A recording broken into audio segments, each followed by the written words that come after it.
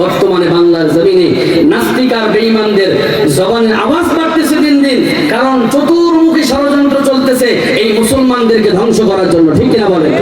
এই মুসলমানদেরকে গোটা বিশ্ব থেকে নিস্তেনাবুদ করার জন্য আজ গোটা পৃথিবীর উপরে মুসলমানদের উপরে অত্যাচার আর নির্যাতন নিষ্পেষণ এমন ভাবে চালাইতেছে যেন মুসলমানরা কোন ঠাসা হয়ে গেছে।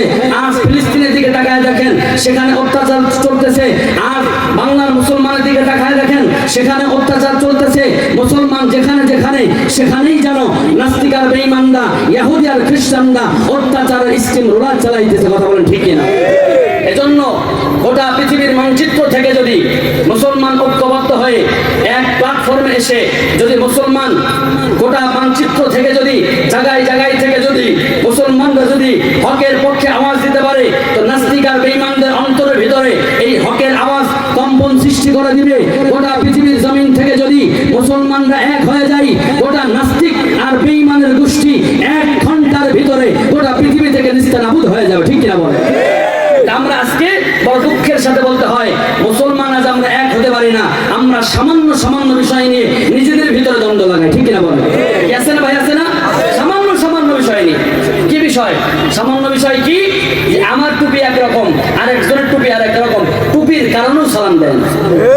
আছে না? এদিকে নাই? এদিকে আছে না? কিরকম? হ্যাঁ, টুপির কারণেও সালাম দেয় না। টুপি দেখে আজকে ডিসাইড করে যে এই ব্যক্তি আমার তরিকার না, আমার দলের না।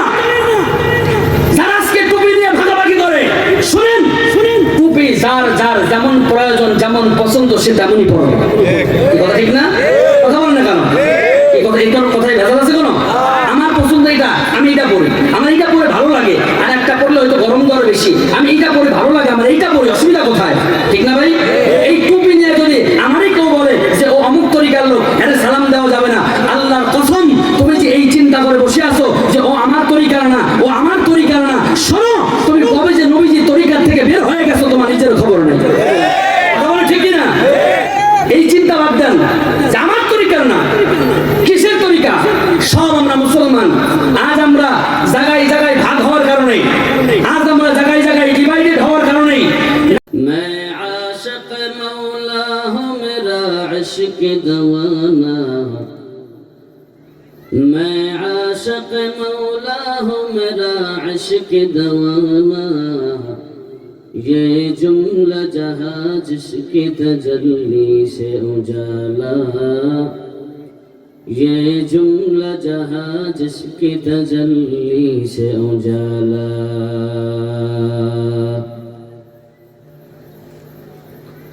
আলহামদুলিল্লাহ, আয়োজিত আজকের এই বর্ষিবাড়িয়া নতুন পাড়া যুব সমাজের উদ্যোগে 12তম ঐতিহাসিক ওয়াজ মাহফিল। আজকের মাহফিলের সম্মানিত উপস্থিত সভাপতি, উপস্থিত সম্মানিত ওলামা হযরতগণ, দূর দূরান্ত থেকে ছুটে আসা আল্লাহ রাব্বুল আলামিনের আশিকিন, যাকিরিন, শাকিরিন, মুহিব্বিন, মুরব্বিয়ান ইযম, কলিজার টুকরা আমার যুবক ভাইয়েরা, পর্দার অন্তরালে অবস্থানরতা পর্দা নিশি ধার্মিকা আমার মা এবং বোনেরা, মাইকের আওয়াজ যত দূরে যায় সকলকে জানাই আমার আন্তরিক শুভেচ্ছা এবং সালাম। আসসালামু আলাইকুম ওয়া রাহমাতুল্লাহি ওয়া বারাকাতুহু। সর্বপ্রথম শুকরিয়া দেই সেই মহান রব্বুল আলামিনের দরবারে, যে মহান রব্বুল আলামিন এই ফিতনা ফাসাদের জামানায়, গুনাহের জামানায়, যখন মানুষ, অধিকাংশ মানুষ গুনাহের কাজে নিমজ্জিত থাকতে পছন্দ করে,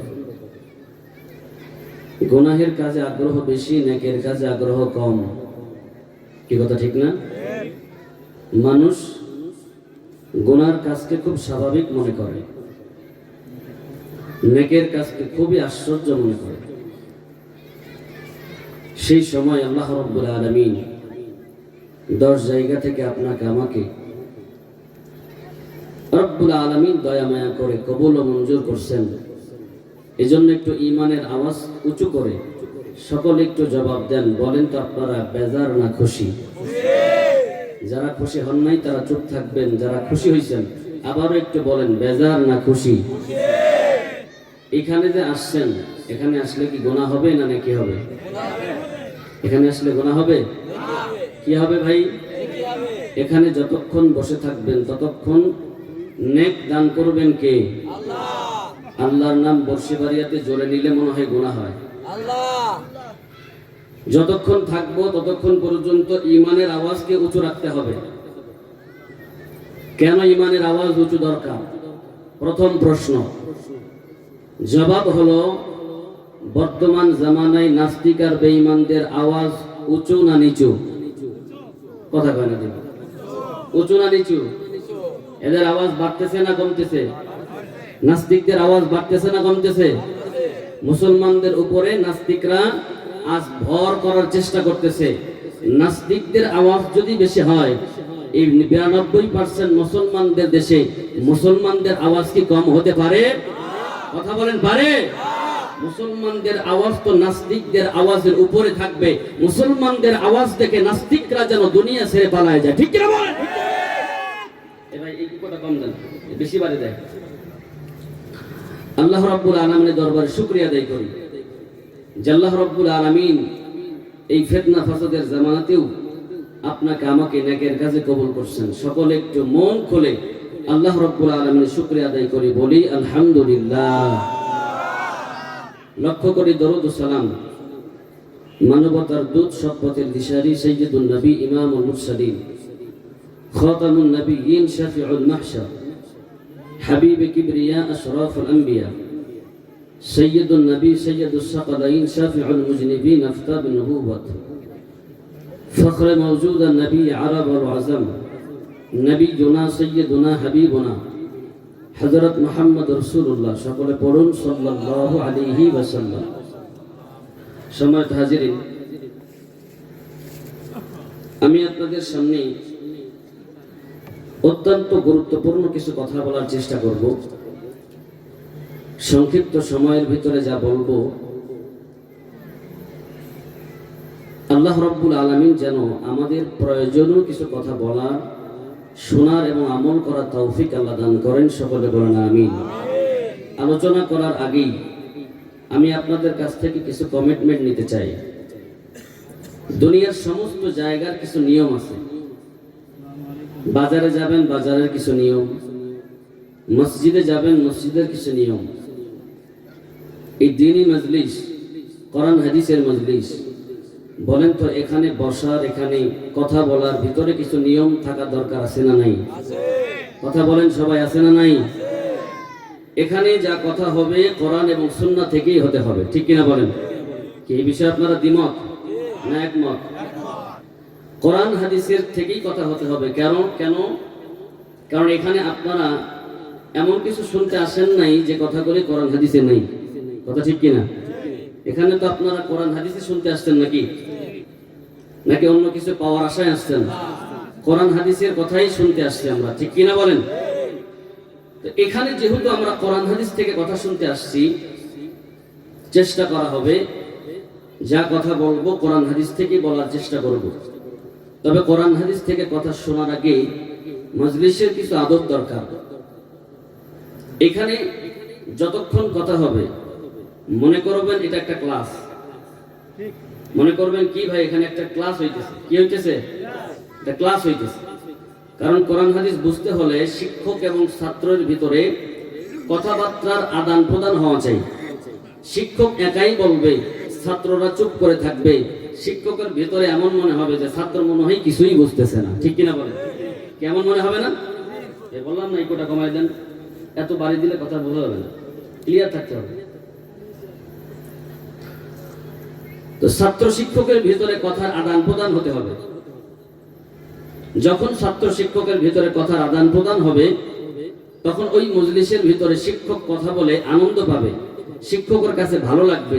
শিক্ষক মনে মনে বুঝতে পারবে যে তার কথা হয়তো ছাত্ররা বুঝতে পারতেছে। ঠিক কিনা বলেন? এজন্য যেহেতু কোরআন হাদিসের মজলিস, এই মজলিসের আদব রক্ষা করেই আমরা কথা বলবো ইনশাআল্লাহ। আল্লাহ রাব্বুল আলামিন যেন তৌফিক দান করেন। সবাই বলেন আমিন। সম্মানিত হাজিরিন, সর্বপ্রথম আল্লাহ রাব্বুল আলামিন যে আমাদেরকে এখানে নিয়ে আসছেন, এইখানে আসার এবং বসার এর পিছনে আপনার আমার নিজস্ব ব্যক্তিগত কোনো ক্রেডিট নেই, বরং আল্লাহ রাব্বুল আলামিন কবুল করছেন বিধায় এখানে আসতে পারছি। ঠিক কিনা বলেন? আল্লাহ রাব্বুল আলামিন যদি কবুল না করতেন তাহলে এখানে আপনার আমার দ্বারা আসা কোনোভাবেই সম্ভব হতো না। সম্মানিত হাজিরিন, কোরআন হাদিসের মজলিসে আল্লাহ রাব্বুল আলামিন কোরআন দুনিয়াতে পাঠিয়েছেন, নবীজি অসংখ্য অগণিত হাদিস রেখে গেছেন। এই কোরআন হাদিস থেকে যখন কথা হবে তখন মুমিনদের ঈমান বৃদ্ধি পেতে থাকে। বলেন না সুবহানাল্লাহ। মুমিনদের ঈমান কি হয়? বৃদ্ধি পেতে থাকে। আর মুনাফিক কাফেরদের অন্তরের ভিতরে কেমন যেন আগুনের একটা জ্বালা শুরু হয়ে যায়। ঠিক কিনা বলেন?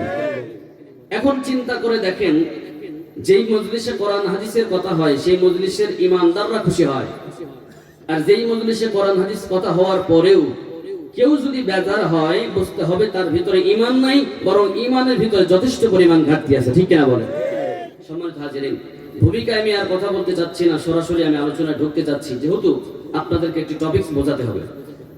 সম্মানিত হাজিরিন, আপনাদের সামনে আমি পবিত্র কোরআনে কারীমের সূরাতুল আসর, খুব ছোট্ট একটি সূরা, মাত্র 3টি আয়াত, এই ছোট্ট একটি সূরা আপনাদের সামনে আমি তেলাওয়াত করছি। এই সূরাটি কত দামি! আল্লাহ রাব্বুল আলামিন সূরাতুল আসর কোরআনে কারীমে নাযিল করছেন। এই সূরাটি কত দামি! হাদিসের ভিতরে আসছে, সাহাবায়ে কেরাম একে অপরের সাথে সাক্ষাৎ হলে সূরাতুল আসর একে অপরকে না শোনানো পর্যন্ত তিনারা আলাদা হইতেন না। বলেন না সুবহানাল্লাহ। একে অপরকে সূরাতুল আসর না শোনানো পর্যন্ত তিনারা আলাদা হইতেন না। এত দামি এক সূরা, এত মর্যাদা সম্পন্ন এক সূরা। ইমাম শাফিঈ রাহমাতুল্লাহি আলাইহি বলেন, এই সূরাটি এমন দামি, এত দামি সূরা এই সূরাতুল আসর। ইমাম শাফিঈ রাহমাতুল্লাহি আলাইহি বলেন, আল্লাহ রাব্বুল আলামিন যদি গোটা কোরআনুল কারীমে শুধুমাত্র সূরাতুল আসর নাজিল করতেন, আর যদি কোনো কোরআনে কারীমের আয়াত বা কোনো সূরা নাজিল না করতেন, ইমাম শাফিঈ রাহমাতুল্লাহি আলাইহি বলেন, এই সূরাতুল আসরই গোটা দুনিয়ার মানুষের জন্য হেদায়েতের জন্য যথেষ্ট হয়ে যেত। বলেন সুবহানাল্লাহ। এখন বলেন, এই সূরার দাম আছে না নাই? আছে। সবাই মুখ খুলবেন ভাই, বলেন আছে না নাই? দাম আছে না নাই? এই সূরা নাজিল করছেন কে? আল্লাহ। আরো জোরে বলেন আল্লাহ। আল্লাহ তাআলা যেই আয়াত নাজিল করছেন, যেই সূরা নাজিল করছেন, এই আয়াত বা এই সূরার ভিতরে কোনো সন্দেহ আছে? না। বর্ষিবাড়িয়ার মানুষের কোনো সন্দেহ আছে? নাই। এত দামি এক সূরা, সূরাতুল আসর। এই সূরাটি আল্লাহ রাব্বুল আলামিন শুরু করলেন সময়ের শপথ নিয়ে। আল্লাহ রাব্বুল আলামিন বলেন, ওয়াল আসর, ওয়া কাসমি ব্যবহার করে আল্লাহ তাআলা শুরু করে দিলেন। আল্লাহ রাব্বুল আলামিন বলেন, ওয়াল আসর, সময়ের কসম। আল্লাহ রাব্বুল আলামিন বলেন, সময়ের কসম, সময়ের শপথ।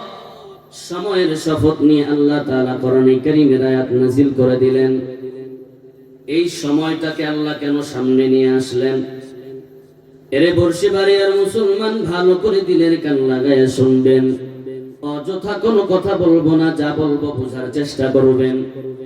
আল্লাহ রাব্বুল আলামিন সূরাতুল আসর নাযিল করলেন, ওয়া কাসমি ব্যবহার করে বললেন, ওয়াল আসর। আল্লাহ তাআলা বললেন, সময়ের কসম, সময়ের শপথ। সময়ের শপথ দিয়ে কেন আল্লাহ শুরু করলেন?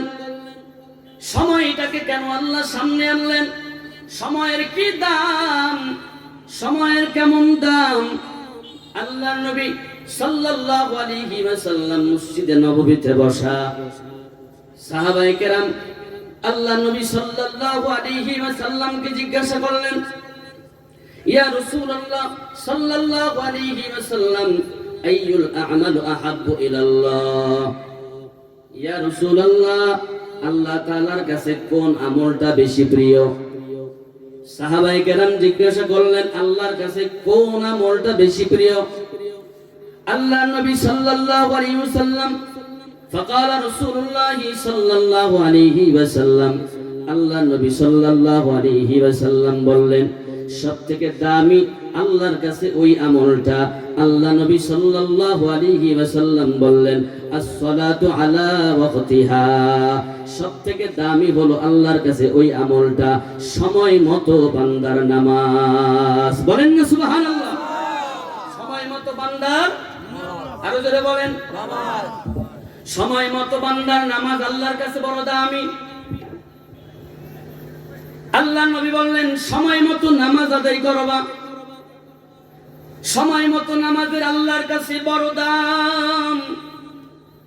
সাহাবায়ে কেরাম জিজ্ঞাসা করলেন ইয়া রাসূলুল্লাহ, আল্লাহর কাছে সবথেকে দামি কোন আমলটা? আল্লাহ নবী জবাব দিয়ে বললেন সময় মতো নামাজ আদায় করা। এবার বর্ষিবাড়িয়ার মুসলমান জবাব দেন সময়ের দাম আছে না নাই? আরো বলেন, জোরে বলেন, আছে না নাই? সময়ের দাম আছে না নাই? কেমন দাম সময়ের? কেমন দাম? সময় মতো যে বান্দা আমল করে ওই বান্দার আমল আল্লাহ দরওয়াজায় পছন্দ হয়ে যায়। আর যে বান্দা সময় মতো আমল করতে পারে না, বেসময় আমল করে, সময় মতো বান্দার আমল আল্লাহ দরওয়াজায় পৌঁছায় না। বেসময়ে বান্দা, বেখেয়ালে বান্দা, বান্দা যখন নিজের অনিচ্ছা সত্ত্বেও বান্দা ইচ্ছাকৃতভাবে বান্দা দেখা যায় নিজের খেয়াল ঠিক মতো রাখে না, ইচ্ছা করে সময় ক্ষেপণ করে দেয়। মায়ার নবী বলেন ওই বান্দা সময়ের গুরুত্ব না দেওয়ার কারণে বান্দার আমল দুনিয়ায় থেকে যায়, আল্লাহ দরওয়াজায় পৌঁছায় না। ঠিক কিনা বলেন? মুসলমান ভাইরা আমার খুব মনোযোগ দিয়া শোনা চাই।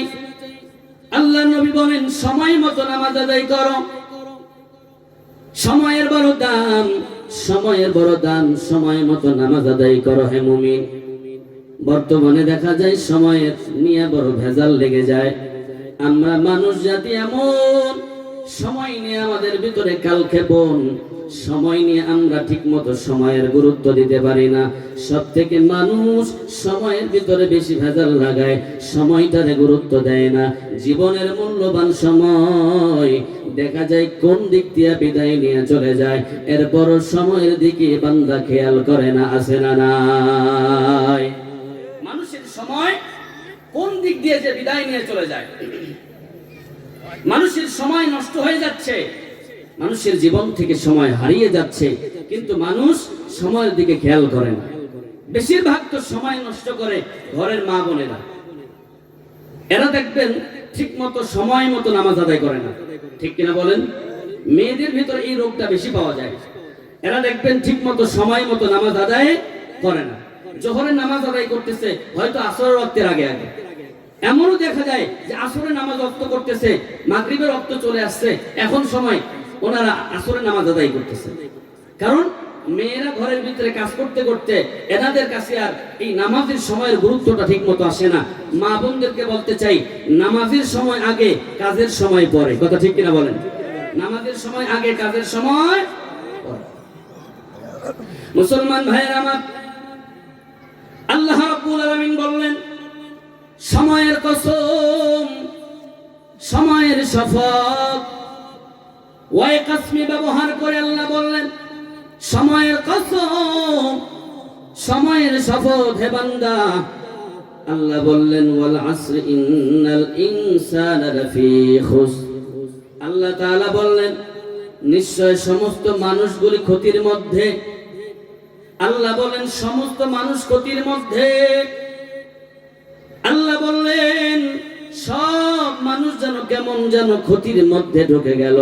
তবে আল্লাহ তাআলা চার গুণ মানুষদেরকে বললেন, চার গুণওয়ালা মানুষদেরকে আল্লাহ বললেন না না, এই চার গুণওয়ালা মানুষ ক্ষতির মধ্যে এখনো পড়ে নাই।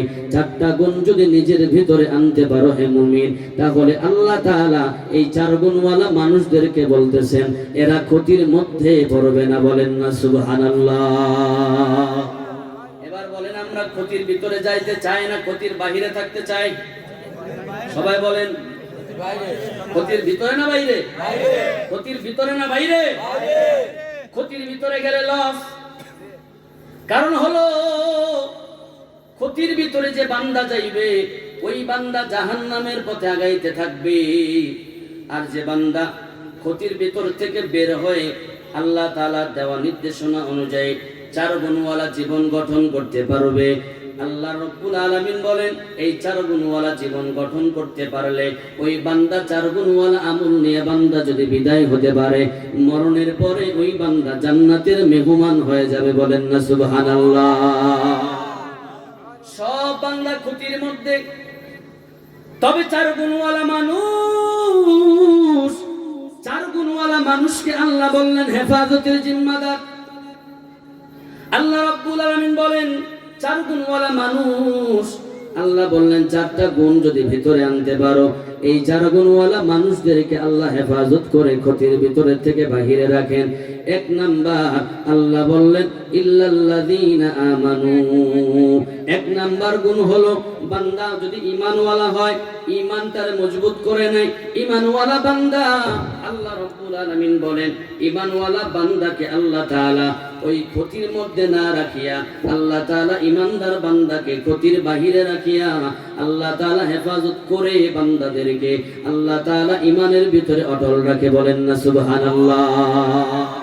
1 নাম্বার গুণের নাম কি ভাই? কি বললাম? 1 নাম্বার, সবাই কথা বলেন। 1 নাম্বার কি বললাম? আমি অপ্রয়োজনে কথা বলতেছি না তো, এই জন্য কথা বলতেছি না। এখন যদি একটু গজল টজল গাই তাহলে মনে ভালো লাগবে আপনাদের, নাকি? হ্যাঁ, সবাই আমার কম তো, এই জন্য এদিকে যায় সময় নষ্ট করতে চাচ্ছি না। 1 নাম্বার গুণ হলো ঈমান। আল্লাহ রাব্বুল আলামিন বলেন ক্ষতির মধ্যে সব মানুষ, তবে 4 গুণওয়ালা মানুষ ছাড়া 1 নম্বরে বান্দা হলো ঈমান। ঈমান কাকে বলে? ঈমান কাকে বলে? ঈমানদার কাকে বলে? ঈমানের কেমন দাম, ঈমানের কেমন প্রয়োজন, ঈমানের কেমন প্রয়োজন? ঈমানের বড় দাম। বান্দা জান্নাতে যেতে হলে 1 নাম্বার প্রয়োজনীয় জিনিস হলো ঈমান। জান্নাতে যদি যেতে চাও হে মুমিন, জান্নাতে যদি ঢুকতে চাও 1 নম্বরে লাগবে হলো ঈমান। ঈমান ছাড়া কোনো মানুষ জান্নাতে যেতে পারবে না। কথা ঠিক কিনা? জান্নাতে যেতে হলে ঈমান লাগবে। জান্নাতে যাওয়ার জন্য যদি প্রস্তুতি নিতে চাও তো ঈমান মজবুত করে নাও। যেই বান্দার ঈমান নাই ওই বান্দা জান্নাতে ঢুকবে না। মায়ার নবী বলেন যে বান্দার ঈমান নসিব হয় নাই ওই বান্দা জান্নাতের ঘেরানো পাবে না। যে বান্দা ঈমান নসিব করতে পারলো না ওই বান্দা মৃত্যুর পর বিনা হিসাবে জাহান্নামে চলে যাবে। কারণ ঈমান যার নসিব হয় নাই ওই বান্দা কাফের। ঠিক কিনা বলেন? আজ আমাদের জমিনে দেখা যায় আমরা ঈমানদার কাকে মনে করি, ঈমানদার কাকে বলি, ঈমানের আমাদের চাহিদাটা কি, ঈমানের প্রয়োজনীয় আমাদের চাহিদাটা কি? ভাইয়েরা আমার, ঈমানের এমন চাহিদা। ঈমান কি জিনিস? ঈমান কেন প্রয়োজন? ঈমান তো 3টা জিনিসের সমন্বয়ের বহিঃপ্রকাশের নাম ঈমান। 1 নাম্বার হলো ইকরার বিল লিসান, 2 নাম্বার হলো তাসদীক বিল জানান, 3 নাম্বার হলো আমাল বিল আরকান। বান্দা ঈমান আনবে, জবানে পড়বে লা ইলাহা ইল্লাল্লাহু মুহাম্মাদুর রাসূলুল্লাহ। সকলে পড়ুন সাল্লাল্লাহু। জবানে বান্দা পড়বে লা ইলাহা ইল্লাল্লাহ, জবানের ভিতরে পড়বে লা ইলাহা ইল্লাল্লাহ। তার মানে হলো আল্লাহ ছাড়া কোনো ইলাহা নাই, আল্লাহ ছাড়া কোনো মালিক নাই, আল্লাহ ছাড়া কোনো খালিক নাই, আল্লাহ ছাড়া কোনো মাবুদ নাই। আল্লাহ একমাত্র রিজিক দাতা, আল্লাহ একমাত্র বাঁচানেওয়ালা, আল্লাহ তাআলা একমাত্র দুনিয়ার জমিন থেকে নিনেওয়ালা। কথা ঠিক কিনা? আমাদের বাঁচানোর মালিক কে ভাই? আরো জোরে বলেন। আমাদের বাঁচানোর মালিক আল্লাহ, আমাদের দুনিয়ার জমিন থেকে নিয়ে যাওয়ার মালিক আল্লাহ।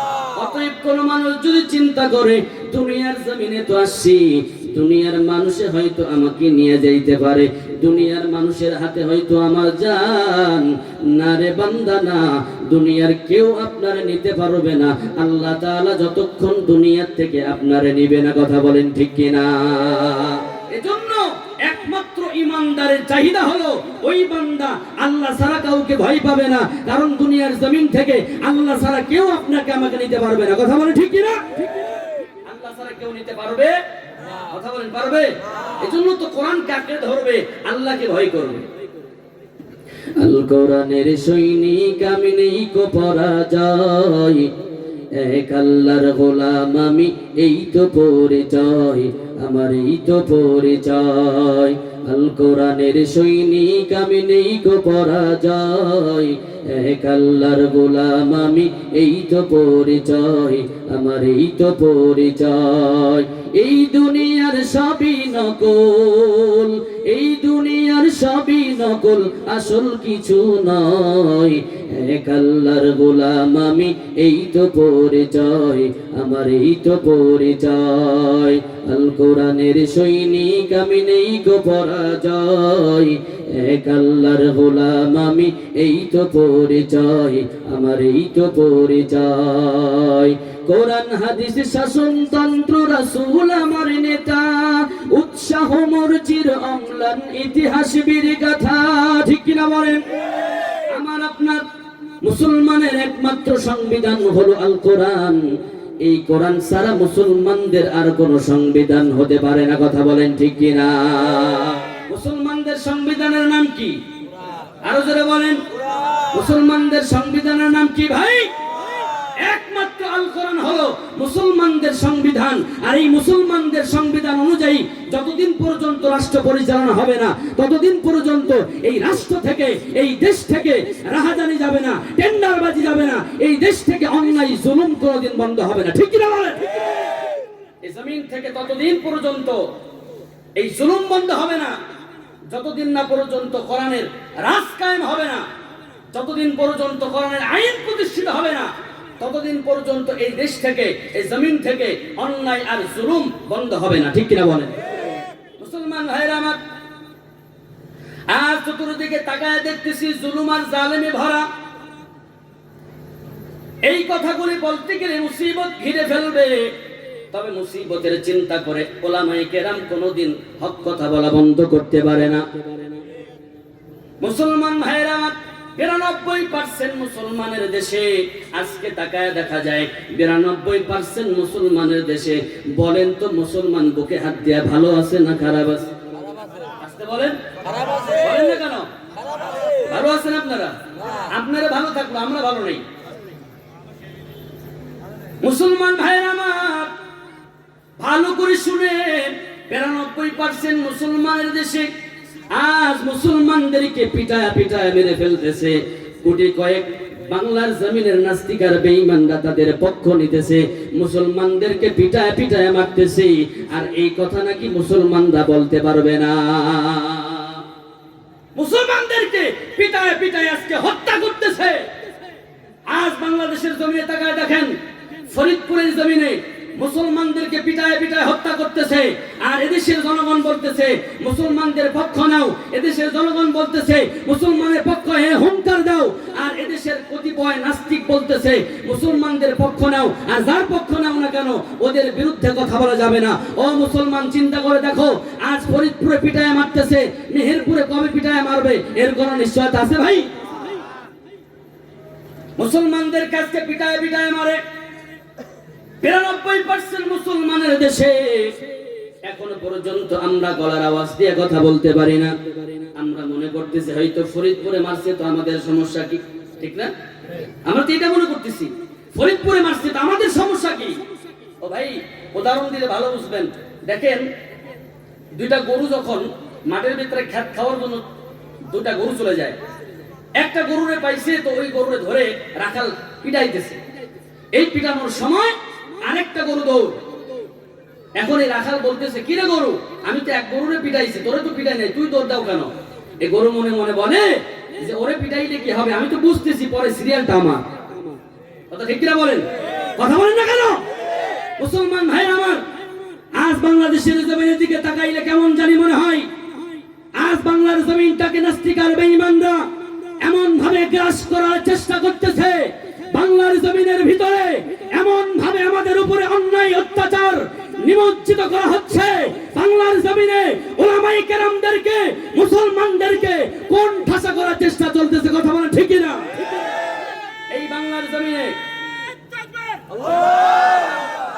খ্রিস্টানের দালালেরা হুঁশিয়ার সাবধান, ইহুদিদের দালালেরা হুঁশিয়ার সাবধান, মুসলমানদের কিছু হলে আলহামদুলিল্লাহ। মুসলমান ভাইরা আমার, একটু তাকায় দেখেন, খেয়াল করেন যে কি হইতেছে দেশে।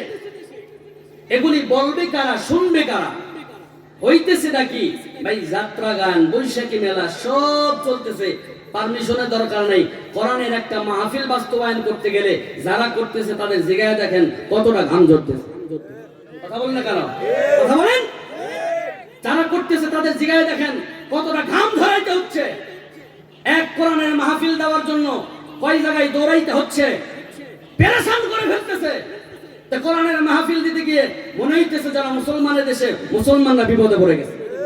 কথা ঠিক না ভাই? কেন এমন হবে? মুসলমানের দেশে কোরআনের মাহফিল চলবে, কার অনুমতি রাখবে?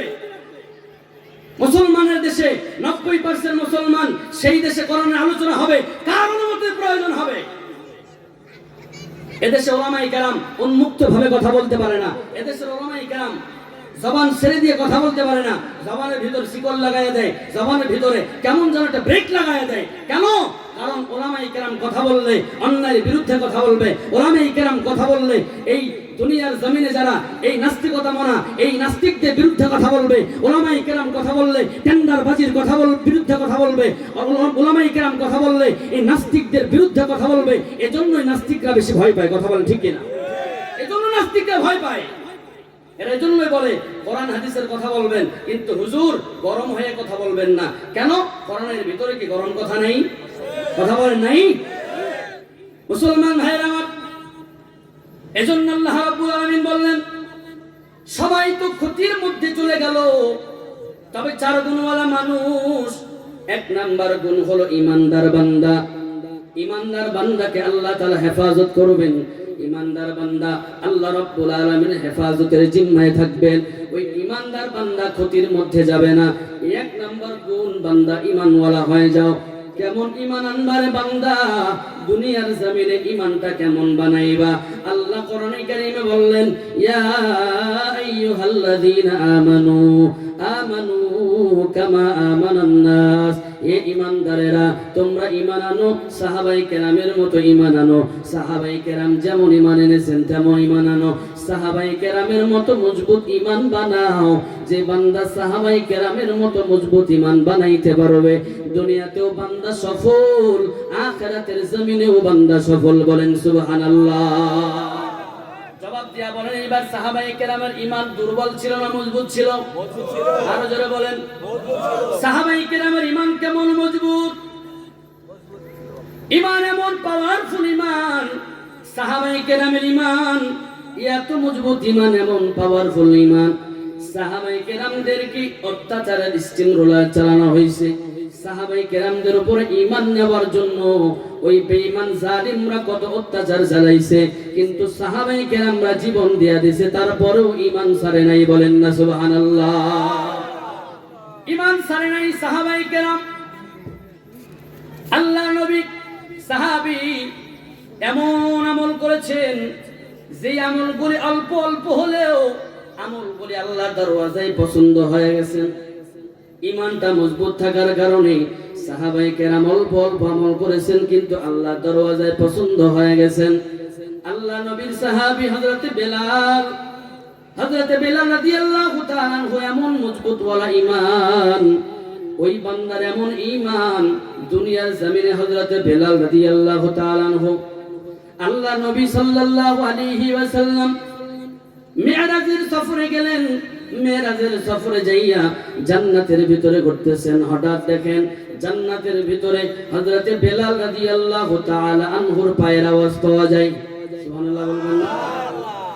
মায়ার নবী জান্নাত থেকে ঘুরে আসলেন, মিরাজের সফর শেষ করলেন। আল্লাহ নবী সাল্লাল্লাহু আলাইহি ওয়াসাল্লাম হযরতে বেলালকে ডাক দেয়া বলেন, হে বেলাল, কি এমন আমল করেছো রে বেলাল, যে আমলের কারণে তুমি বেলাল দুনিয়াতে কিন্তু তোমার পায়ের আওয়াজ জান্নাতে পাওয়া যায়? বেলাল রাদিয়াল্লাহু তাআলা বলেন, ইয়া রাসূলুল্লাহ, এমন কোন আমল আমার নাই, এমন দামি কোন আমল আমার নাই, তবে ছোট্ট একটি আমল আমার জিন্দেগিতে আমি ধরে রাখছি। আল্লাহ নবী বলেন, ও বেলাল, কি এমন আমল করছো দুনিয়ায় থাকলেও তোমার পায়ের আওয়াজ জান্নাতে পাওয়া যায়? বেলাল তুমি বলে দাও। বেলাল রাদিয়াল্লাহু তাআলা আনহু বলেন, ইয়া রাসূলুল্লাহ, ছোট্ট একটি আমল আমি ধরে রাখছি। বলে, কি আমল? বলে, যখনই আমার ওযু ছুটে যায় তখনই ওযু বানায় নেই। যখনই আমি ওযু বানাই তখনই আমি 2 রাকাত তাহিয়াতুল ওযুর নামাজ আদায় করে নিই। কয় রাকাত? 2 রাকাত তাহিয়াতুল ওযুর 2 রাকাত নামাজ আদায় করছে। আল্লাহ তাআলা পছন্দ করে কবুল করে ফেলাইছে। এই কবুলের কারণে হযরত বেলাল দুনিয়াতে পায়ের আওয়াজ কোথায় কোথায়? قال النبي صلى الله عليه وسلم اخلص دينك يكفيك العمل القليل। মায়ার নবী বলেন, অল্প আমল যদি হয় তো এই অল্প আমলটা আল্লাহ দরওয়াজায় যদি পছন্দ হয় তো কবুল হয়ে যায়। বলেন না সুবহানাল্লাহ।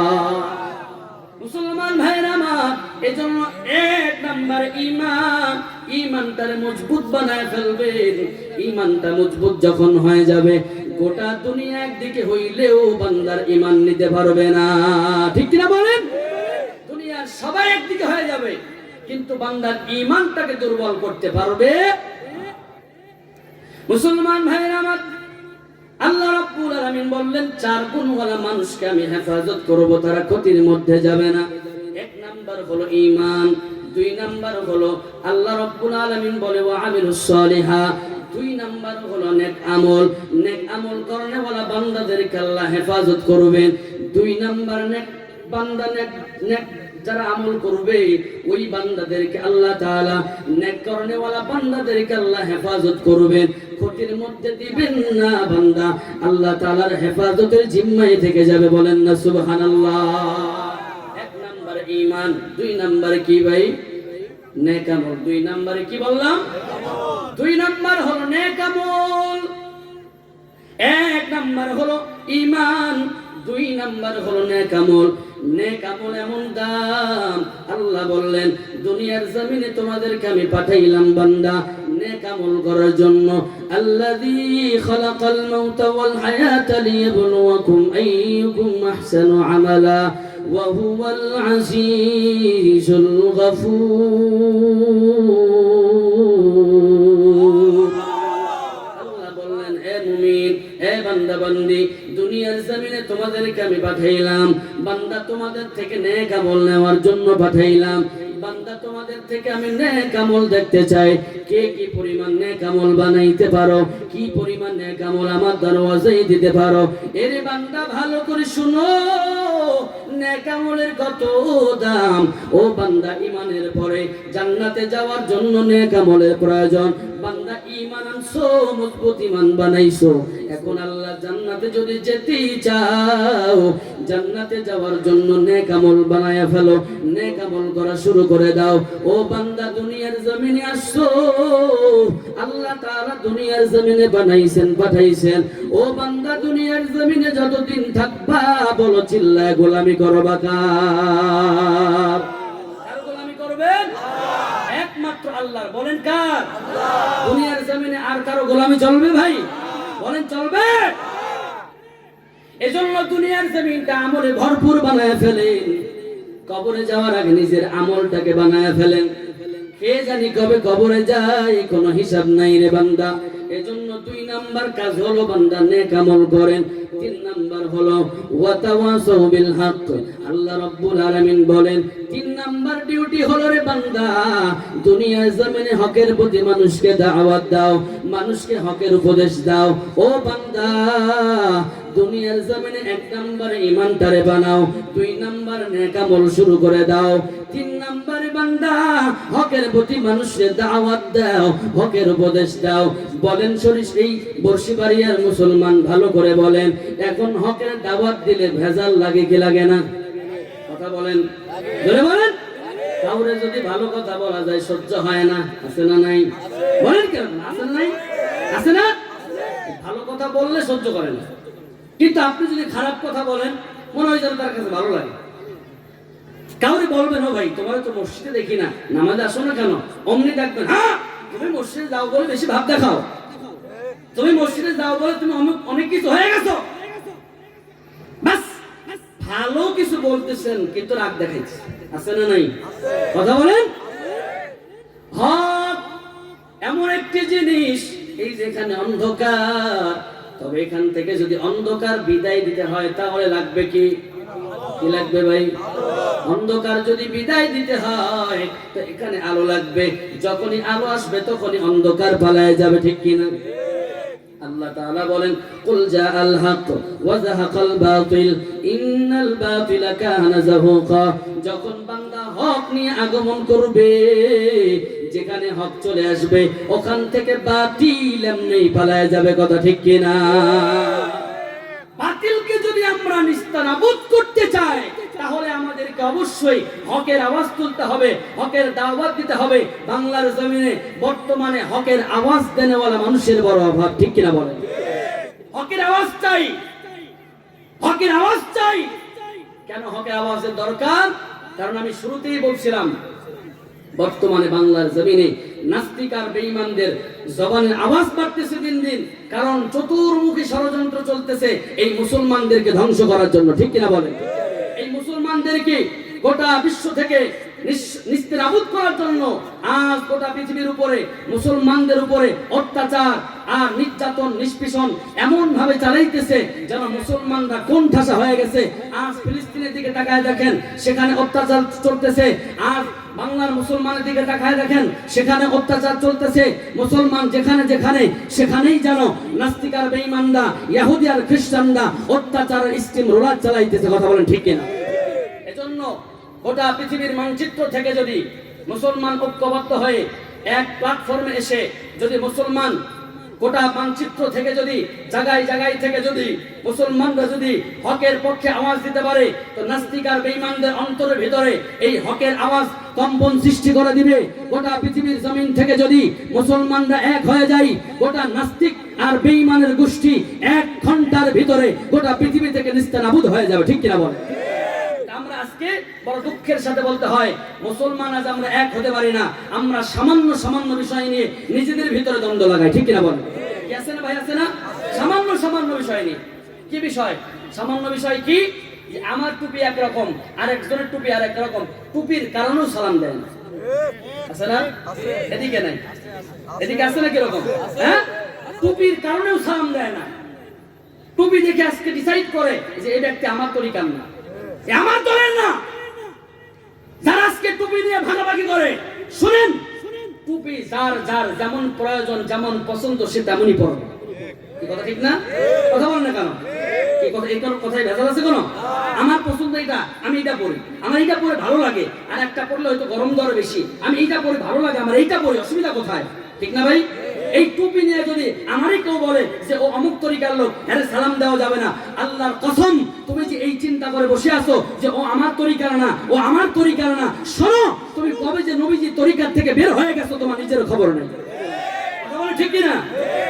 এই চিন্তা বাদ দেন যে আমার তরিকার না, কিসের তরিকা? সব আমরা মুসলমান। আজ আমরা জায়গায় জায়গায় ভাগ হওয়ার কারণে, আজ আমরা জায়গায় জায়গায় ডিভাইডেড হওয়ার কারণে নাস্তিক আর বেঈমান আমাদের উপরে আজ চোখ রাঙাইতে পারতেছে, যে কোনো সময় আমাদের উপরে অত্যাচার দিতে পারতেছে। ও ভাই, এদেশে চোর ডাকাত লুচ্চা বদমাইশ সকালবেলায় জেলখানায় ঢুকে বিকালবেলায় বের হয়ে যায়, আর ওলামাই কেরাম একবার যদি জেলখানায় ঢুকে তাহলে তারে আর বের করা যায় না। ও ভাই, এদেশের মুসলমান যদি টুপির দ্বন্দ্ব ভুলে যায়, দাড়ির দ্বন্দ্ব ভুলে যায়, মুস্তাহাবের দ্বন্দ্ব ভুলে যায়, এক প্ল্যাটফর্মে আসতো, একজন আলেম আজ পর্যন্ত জেলখানায় থাকতো না, ঠিক কিনা বলেন? একজনও থাকতো না। যেই মাসলাকের হোক না কেন, আমি মুসলমান, মুসলমানের পক্ষে আমাকে কথা বলতে হবে, ঠিক না ভাই? কথা বলেন না কেন? খারাপ লাগতেছে নাকি? আমি মুসলমান, আমাকে মুসলমানের পক্ষে কথা বলতে হবে, যে যেই মাসলাকের হোক না কেন। মাসলাক যার যার, ইসলাম তো সবার, ঠিক না ভাই? আমরা কেন এমন ডিভাইডেড হয়ে গেলাম? কেন এমন ভাগাভাগি করে ফেললাম? বড় আশ্চর্য লাগে। একজন মার খাইতেছে, আমি তাকায় তাকায় মিষ্টি মিশে হাসতেছি আর দেখতেছি, হ্যাঁ আমার তো ও খাইতেছে, আমার তো অসুবিধা নেই। মুসলমান ভাইরা আমার, এজন্য হকের প্রতি দাওয়াত দিতে হবে, হকের আওয়াজ তুলতে হবে। হকের আওয়াজ যখন উঠবে গো বাংলার জমিন থেকে, সেদিন নাস্তিক আর বেঈমানরা পালিয়ে যাবে, ঠিক কিনা বলে? হকের আওয়াজ এমন ভাবে তুলতে হবে, সমস্যারে জায়গা জায়গা থেকে যখন আমরা একত্রিত হয়ে যাব, গোটা বাংলার মুসলমান যদি একত্রিত হয়ে যায়, গোটা বাংলার মুসলমানের সব মসজিদের ইমাম সাহেবগুলি যদি এক হয়ে যায়, গোটা বাংলার জমিনের মুসলমানরা যদি এক হয়ে যায়, ইমামগুলি যদি এক হয়ে যায়, শুক্রবার আগামীকালকে সারা বাংলাদেশের মুসলমান যদি এক হয়ে যায়, আর এই শুক্রবারে যদি সারা বাংলাদেশের মসজিদের মিম্বর থেকে যদি এক রকমের আওয়াজ হয়, তো গোটা বাংলার জমিনের নাস্তিকরা পালানোর জন্য রাস্তা খুঁজবে, ঠিক কিনা? এটাই বাস্তব কথা। কিন্তু ভেজাল কি, যে আমি হুজুর হয়তো গরম কথা বলতেছি, কিছু সত্য কথা বলার চেষ্টা করতেছি, আরেক হুজুর অন্য দিক দিয়ে ঘুরা ফিরা এই নেতাদের সাথে পীড়িত করে আর বলে অমুক হুজুরে কেমনে খাটানো যায় চিন্তা করে, ঠিক কিনা বলেন? কথা বলেন না কেন? এই প্যাস লাগায় ফেলতেছে, এই প্যাস নেতাদের সাথে মিল্লা জিল্লা। এখন এই হুজুরে কেমনে খাটানো যায়, এই হুজুর তো বেশি গরম কথা বলে, এর এলাকায় রাখা যাবে না, ঠিক কিনা বলেন? এই যদি অবস্থা হয় আমাদের, এই নেফাকে নিয়ে যদি থাকি, এই অন্তরের ভিতরে যদি এই নেফাকি থাকে, ও আলেম, আমার মনে হয় তোমার এই আলেম লকব লাগানোর কোনো প্রয়োজন নাই, ঠিক কিনা বল? কোনো প্রয়োজন নাই।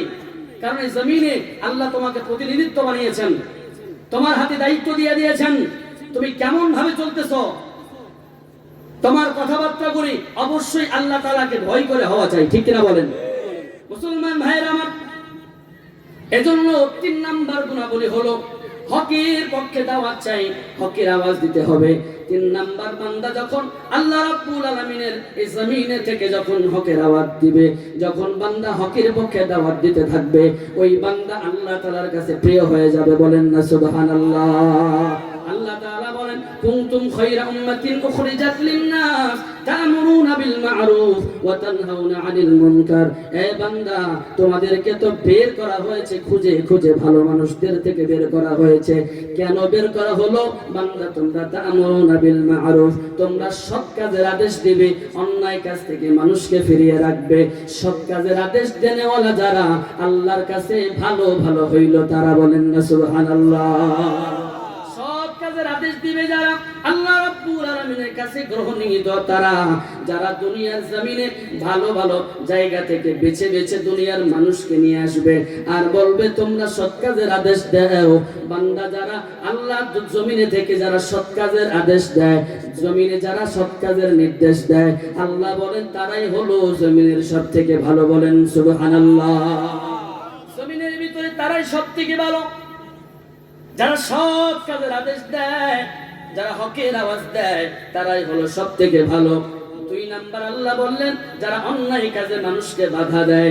ও বান্দা, সৎ কাজের আদেশ দাও, অন্যায় কাজ থেকে মানুষরে ফেরাও। এই কাজ যখনই করবা বান্দা, তোমার ভিতরে তোমার রাস্তায় কত ধরনের বিপদ আসবে, তুমি ধৈর্য ধারণ শুরু করে দাও, ঠিক কিনা? এজন্য আল্লাহ রাব্বুল আলামিন 4 নম্বরে বললেন, ও বান্দা, যখনই হকের রাস্তায় আহ্বান করবা, যখনই তুমি হকের রাস্তায় মানুষকে দাওয়াত দিবা, যখনই তুমি হকের রাস্তায় মানুষকে উপদেশ দিতে শুরু করবা, তখনই দেখবা তোমার উপরে কত অত্যাচার আসবে, তোমার উপরে কত ভয় ভীতি আসবে। বান্দা, ভয় পাইও না, ঘাবড়াইও না। ও বান্দা, হকের রাস্তায় দাওয়াত দিতে থাকো আর সবরের ইখতিয়ার করো, বলেন সুবহানাল্লাহ? যখনই বান্দা তুমি হকের রাস্তায় মানুষকে দাওয়াত দিবা, খেয়াল করে দেখবা, হকের রাস্তায় যেদিন থেকে আপনি কথা বলা শুরু করবেন, ওই দিন থেকে আপনার উপরে কেমন যেন ভয় ভীতি শুরু হয়ে যাবে। মানুষগুলি আপনাকে বিভিন্ন জায়গা থেকে বিভিন্ন ধরনের ভয় দেখাবে। চাকরি চলে যাওয়ার ভয়, ও বান্দা জেল জরিমানার ভয়। হুজুর এত কথা বইল না, বেশি দিন বাইরে থাকতে পারবা না, কিনা বলেন? কথা বলেন? এমন আওয়াজ আছে নাকি আপনার এলাকায়? আছে এমন আওয়াজ? দৈনিক শোনা লাগে এমন আওয়াজ। তবে আমি একটা উদাহরণ দিলে ভালো বুঝবেন, দিব আপনাদেরকে, রাগ করবেন না তো? ওই কামার বাড়ি গেছে এক লোক বেড়াইতে। কির বাড়ি? কামার বাড়ি। কামার বাড়ি গিয়া এই কামার বাড়ি খাইতে বসতে। এখন এই কামার বাড়িতে খাইতে বসার পরে কামার বাড়িতে ছিল এক বিড়াল। এই বিড়ালে এসে বারবার তারা জ্বালাইতেছে। খানা খাইতে বসছে তো বারবার প্লেটের ভিতর মুখ দেয়। এখন যেই মানুষটা নতুন গেছে কামার বাড়ি বেড়াইতে, এই লোক এই কামার বাড়ির বিড়ালকে তাড়ানোর জন্য এরা হাতের ভিতরে একটা লোহা নিছে, ঠক ঠক করে আওয়াজ দেয়। এখন ঠক ঠক করে যতই আওয়াজ দেয় বিড়াল কিন্তু যায় না, বিড়াল যায় না। তো কামারে ডাক দিছে, ও ভাই আপনার বাড়ির বিড়াল এত সাহসী কেন? বলে কেমনে? বলে আমার এই খাইতে বসছি, প্লেট এসে মুখ দেয়, খানা এসে মুখ দেয়, তা আমি এর তাড়ানোর জন্য ঠক ঠক করে আওয়াজ দিই, এরপরও সে পালায় না, কারণ কি? তো কামার তখন ডাক দেয়া বলে, ও ভাই এর তাড়ানোর জন্য ঠক ঠক আওয়াজ দিলে কাজ হবে না, কারণ এ তো দৈনিক শুনতেছে ঠক ঠক আওয়াজ, ঠিক কিনা বলেন? দৈনিক শুনতেছে ঠক ঠকের আওয়াজ, এর তাড়াইতে হলে অন্য আওয়াজ লাগবে, অন্য আওয়াজ দাও, তাইলে হয়তো পালাইতে পারে। ঠক ঠক আওয়াজ দিয়ে এই বাড়ির বিড়ালকে তাড়ানো যাবে না, ঠিক কিনা বলেন?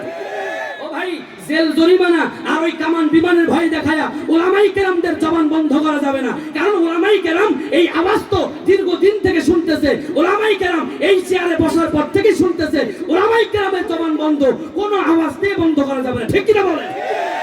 কোনো আওয়াজ দিয়ে বন্ধ করা যাবে না। এই কামার বাড়ি বিড়াল পান নাই যে ঠক ঠক আওয়াজ দিবেন আর আপনি মনে করতেছেন যে বন্ধ হয়ে যাবে, না। ওলামাই কেরামের জবান ততদিন খোলা থাকবে যতদিন পর্যন্ত ওলামাই কেরামের এই শরীরের ভিতর রক্ত বহমান থাকবে, ঠিক না বলেন? একজনকে ধরে রাখবেন আর একজন তৈরি হয়ে যাবে, ঠিক না ভাই? মুসলমান ভাইরা আমার জন্য যখনই বান্দা হকের রাস্তায় চলতে থাকবে, হকের রাস্তায় চলতে চলতে এক সময় তারে চতুর্মুখী বিপদ আপদে তারে ঘিরে ফেলবে। চতুর্মুখী অপরাধ, বান্দা চতুর্মুখী অপরাধ করে, চতুর্মুখী অন্যায় করে, চতুর্মুখী অপরাধ নিয়ে সমাজের ভিতরে চলাচল করে, তারপরও দেখবেন ওই বান্দার কোনো ঝামেলা নাই, ওই বান্দা বুক ফুলাইয়া ঘুরবে, কিন্তু একজন আলেম, মসজিদের ইমাম, মাদ্রাসার মুহাদ্দিস, ওই বান্দা ইমানের পথে চলার কারণে মনে হয় যেন বাড়িতে ঠিকমতো ঘুমাইতে পারে না, আছে না? মুসলমান ভাইদের জন্যই আল্লাহ বললেন, ও বান্দা যখনই তুমি হকের রাস্তায় মানুষকে দাওয়াত দিতে থাকবে, তখনই দেখবে বান্দা তোমাকে চতুর্মুখী বিপদ আপদে ঘিরে ফেলবে।